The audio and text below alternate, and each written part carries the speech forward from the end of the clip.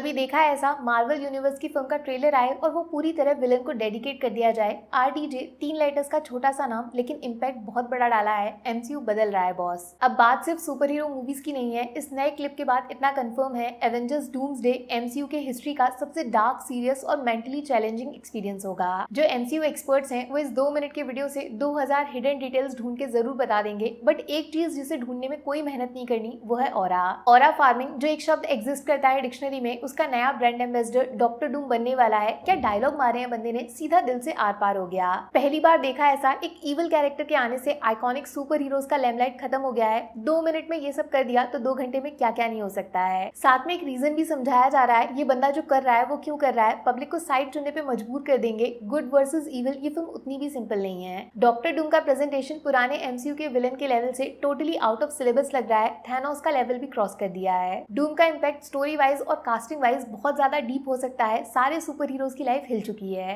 By the way, casting से याद आया, मार्वल ने अपने एक्समैन यूनिवर्स को पूरी तरह रिबूट कर दिया है। पुराने कैरेक्टर्स में नए एक्टर्स अनाउंस हो चुके हैं। सबसे बड़ा सरप्राइज ऑब्सेशन की लीड एक्ट्रेस है और दूसरे नंबर पे जिसके लिए ज्यादा चेयर हुआ उनसे आप ऑलरेडी मिल चुके हो। MCU का फ्यूचर सेफ हाथों में है। और फ्यूचर से याद आया, डूम्सडे की हिडन कास्ट में ऑलमोस्ट 30 सीक्रेट कैमियोज की बातें सोशल मीडिया पे वायरल हो रही हैं, जिसमें सबसे बड़ा मोमेंट अपने OG स्पाइडरमैन की री एंट्री को बताया जा रहा है और ये आइकॉनिक कपल भी कमबैक कर सकता है। लेकिन 2 सबसे इंटरेस्टिंग चीज जो मैंने पिछले 24 घंटों में इंटरनेट पे पढ़ी है वो ये कि डॉक्टर डूम के कैरेक्टर में RDJ को अनाउंस करना सिर्फ एक धोखा है। एक नया डॉक्टर डूम कॉस्ट्यूम रिवील हुआ है जिससे कुछ एक्सपर्ट्स ने दिमाग लगा के बताया है मार्वल कभी वो चांस मिस नहीं करेगा जब डायरेक्ट थिएटर में मास्क के पीछे RDJ का चेहरा पहली बार दिखाया जाता। लेकिन इतने महीनों पहले फिल्म के लीड हीरो को अनाउंस करना एक सीक्रेट प्लान का हिस्सा है जो RDJ का कमबैक भी करा देगा और आयरन मैन को फिर से जिंदा भी नहीं करना पड़ेगा। कितने की शर्त लगाते हो इन पुराने सुपर हीरोज में से कोई एक होगा जो विक्टर डूम के दिमाग के पीछे मास्टरमाइंड होगा। मेरा पैसा तो कैप्टन अमेरिका पे है। इनका कमबैक पता नहीं क्यों उतना पॉजिटिव फील नहीं दे रहा है, जैसे मानो किसी तरीके के रिवेंज मोड में लौट के आए हैं। अब जो दूसरी इंटरेस्टिंग चीज है वो मैंने ट्रेलर आने के बाद पढ़ी। कुछ लोग शिकायत कर रहे हैं कि एवेंजर्स के ट्रेलर में VFX का क्वालिटी उतना अच्छा नहीं है। कुछ शॉट्स भयंकर AI जनरेटेड लग रहे हैं और यही ट्रेलर अगर किसी इंडियन फिल्म का होता तो दबा के ट्रोल भी हो जाता।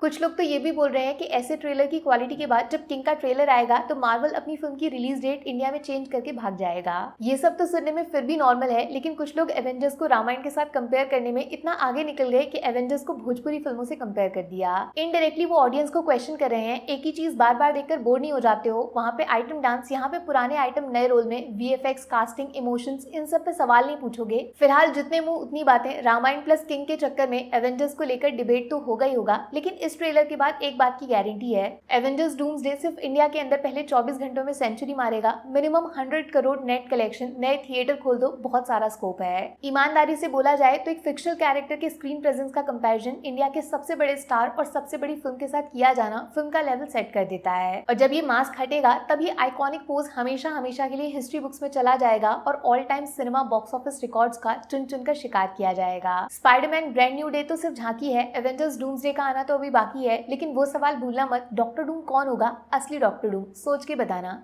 Take care, bye bye.